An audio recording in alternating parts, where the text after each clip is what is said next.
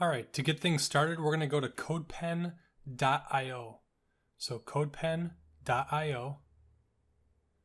And when you get here, you're going to go to sign up.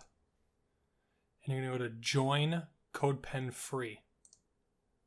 So then just go ahead and fill all this out.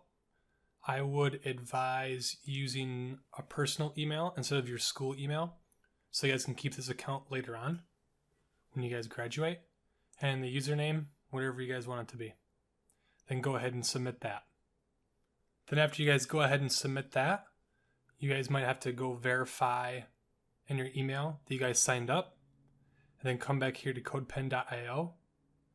And then this button here has all your profile information, the pens that you guys make. So a pen is like a project.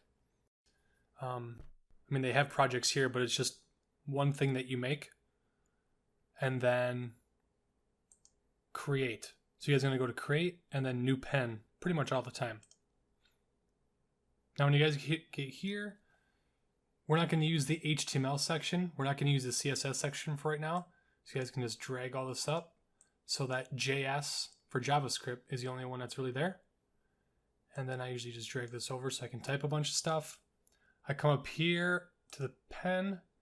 I'm going to type in the title of this. I'll just title it setup. Hit enter. Then over here is your save button up on top. So every time you do something here, you can hit save and it'll save it. Type some more. And you notice that yellow bar comes up. That means that you have typed stuff, but you haven't quite saved it yet. So make sure that you do that right away so the pen is saved.